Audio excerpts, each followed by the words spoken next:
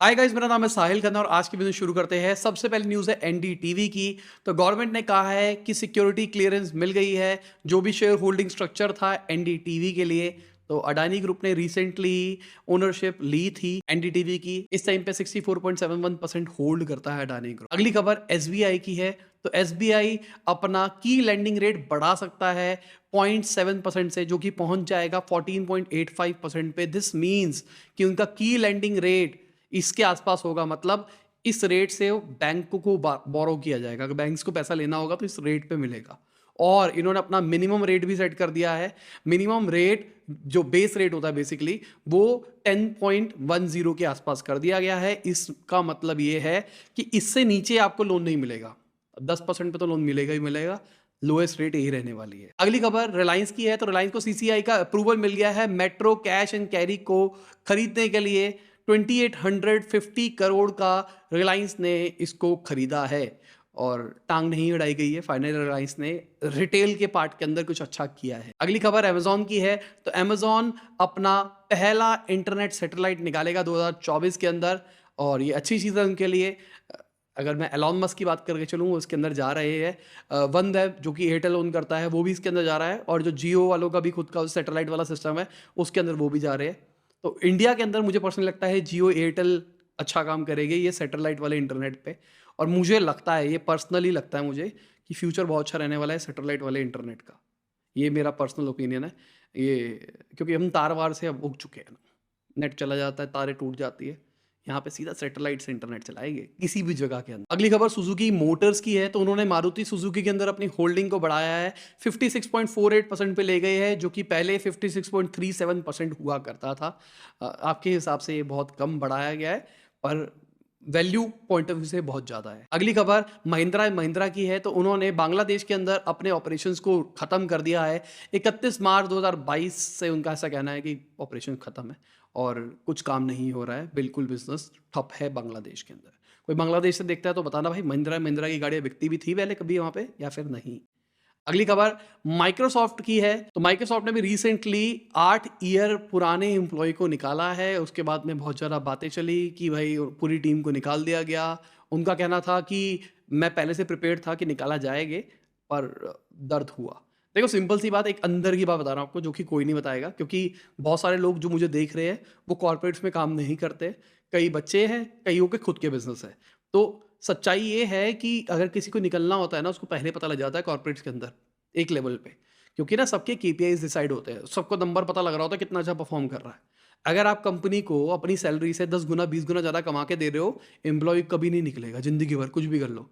अगर आप कंपनी को लॉस दे रहे हो ना और कॉन्स्टेंटली लंबे टाइम के लिए लॉस दे रहे हो, तो आप निकल सकते हो। बस सीधा सा लॉजिक यही है, चाहे आप कितने साल पुराने हो कितने साल पुराने नहीं हो। आप नए आए हो, आप ज़्यादा पैसा कंपनी को कमा के दोगे तो कंपनी आपको कभी नहीं निकालेगी।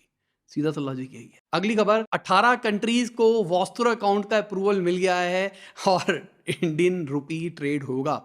ये बहुत अच्छी चीज़ है इंडियन रुपी के लिए। बहुत सारी कंट्रीज के अंदर अब इंडियन रुपी भी काम किया करेगा। देखते हैं प्रैक्टिकली चीजें कब हो पाती है। अभी तो सिर्फ ऑन पेपर बुक चल रही है भाई, ये होगा होगा होगा होगा। अगली खबर, यूएस का जो एनुअल इन्फ्लेशन रेट है वो 6% पे पहुंचा फरवरी महीने के अंदर। डेटा के हिसाब से अगर मान के चले, यहाँ पे अगर आप फूड इंडेक्स की बात करके चलो तो वो 9.5% पे बढ़ा है। एनर्जी इंडेक्स भी बढ़ता हुआ दिखाई दिया है, पर जो कोर इन्फ्लेशन है वो घटता हुआ दिखाई दिया है। मतलब इन्फ्लेशन कंट्रोल हुआ है पर फूड के लिए नहीं हुआ है। तो हो सकता है रेपो रेट बढ़े, वहाँ बढ़ेगी तो हर जगह बढ़ेगी। अगली खबर गवर्नमेंट की है। तो उन्होंने प्रोडक्ट लिंक्ड इंसेंटिव स्कीम जो इलेक्ट्रॉनिक सेक्टर में था उसको अप्रूव कर दिया है। 765 करोड़ रुपीस करे गए हैं। विस्ट्रॉन जो कि मैन्युफैक्चरर है एप्पल के फ़ोनों का, वो 601.93 करोड़ उसको मिलने वाले हैं और ये बड़ी चीज़ है, मतलब मेजर पोर्शन उसको मिलेगा। ये बहुत अच्छी चीज़ है। मतलब एक तरह से ना गवर्नमेंट ये जो प्रोडक्ट लिंक्ड इंसेंटिव स्कीम निकाल रही है ना, इसके लॉन्ग टर्म में फायदे दिखाई देंगे। अगली खबर जोमेटो की है। तो जोमेटो लिक्विडेट कर रहा है जॉर्डन के अंदर, मतलब बंद कर रहा है अपना बिजनेस।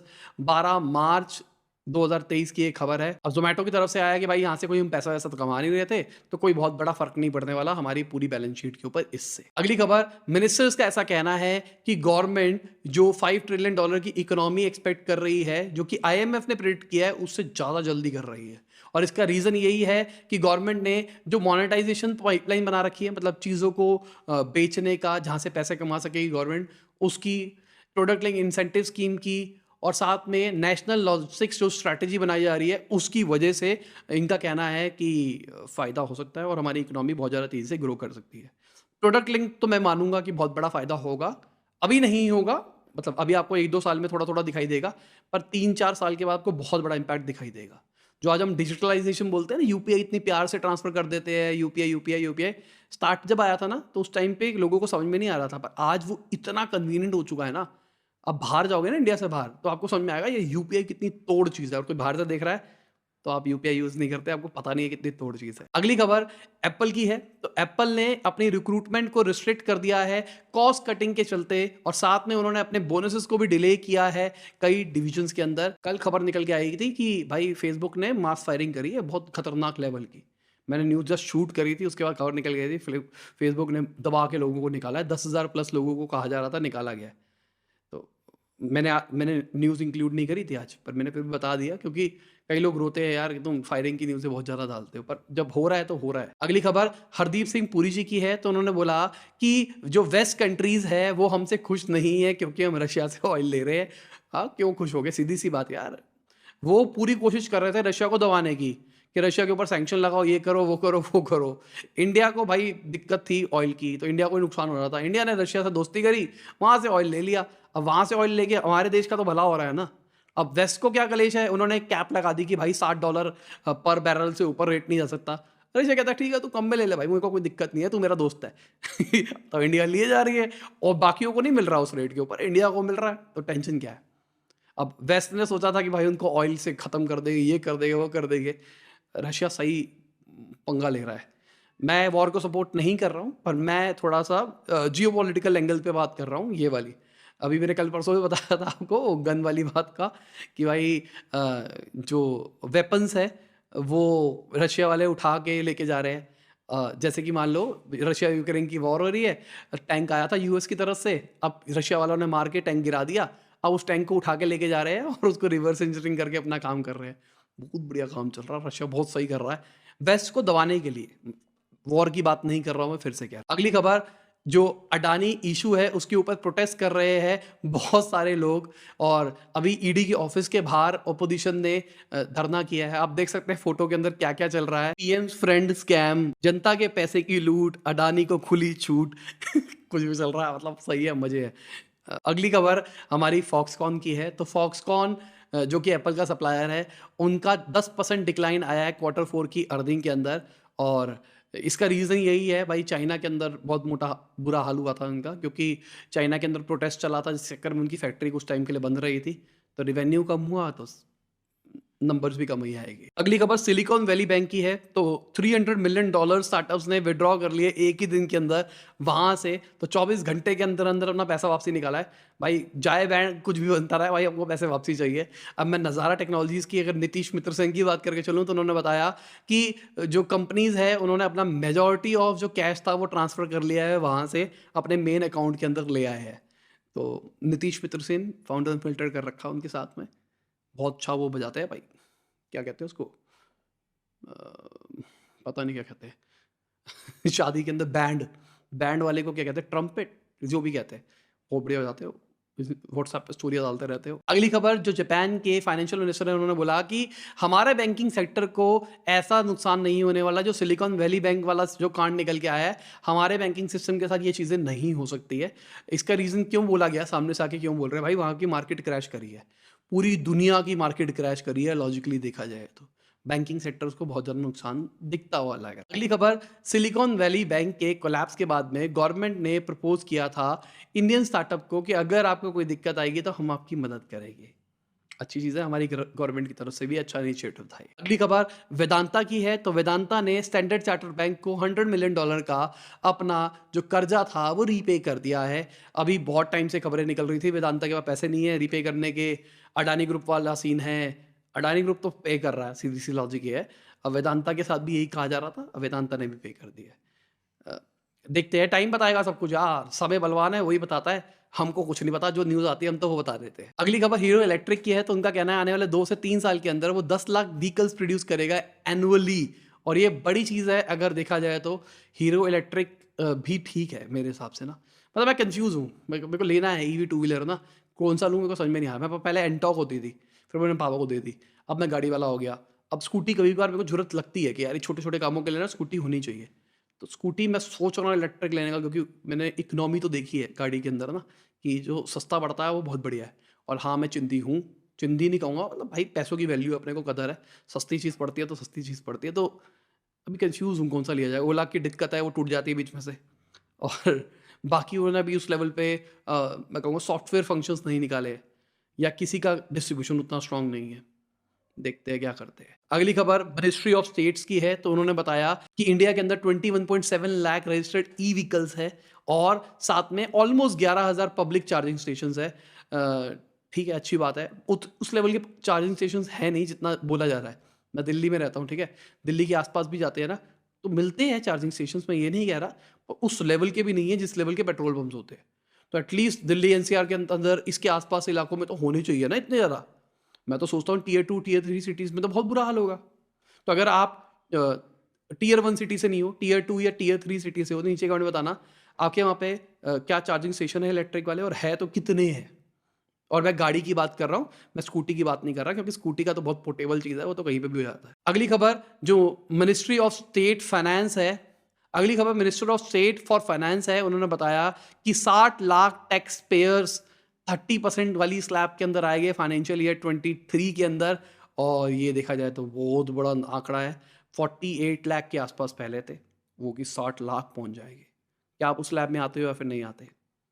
बहुत सारे लोग आते होंगे शायद। अगली खबर सैमसंग की है, तो सैमसंग $230 बिलियन इन्वेस्ट करने वाला है चिप मैन्युफैक्चरिंग के अंदर, साउथ कोरिया के अंदर 2042 तक। मतलब अभी टाइम है, पर उसके बीच में इतना ज़्यादा वो स्पेंड करने वाला है, और ये बढ़िया चीज़ है क्योंकि फ्यूचर चिप्स का ही रहने वाला है। अगली खबर वाई कॉम्बिनेटर की है, तो उन्होंने 20% वर्कफोर्स को निकाला है, और जो लेट स्टेज इन्वेस्टमेंट्स है उसको भी रोका है, मतलब उसको कम किया है।